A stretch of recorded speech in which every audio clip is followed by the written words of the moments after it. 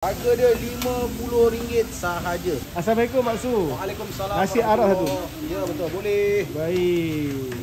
Nasi Arab tambah kira halal. Tambah kira halal. Cukup tak? Tambah lagi kira halal. Tambah lagi. Macam ni berapa ringgit nasi saja? Macam ni RM10. Murah ke mahal? Murah sangat ya Allah. Selagi tak melimpah korang nak tambah lah. Oh, mana kalau bungkus je dia?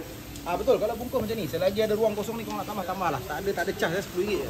Okey, untuk lauk macam ni? So lauk apa ada hari ni? Okey, ini menu terbaru, terrare kita kat sini lah.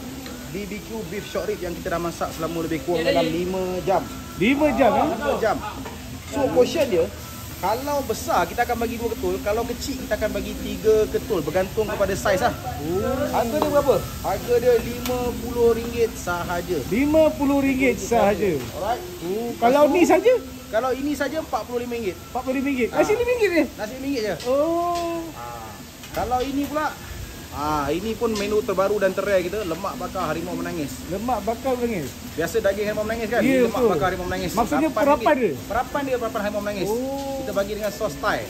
Berapa ni? Ini RM8 je, add on. RM8. RM8 lemak saja. RM8 lemak saja. Nasi add on lah. Nasi add on, betul? Habis buka kau beri? Macam mana? Buka pukul apa? Kita buka pukul 10.30 pagi sampai 6 petang. Cuti ada? Cuti kita cuti Jumaat. Saya makan dulu bang. Boleh. Nice, terima kasih.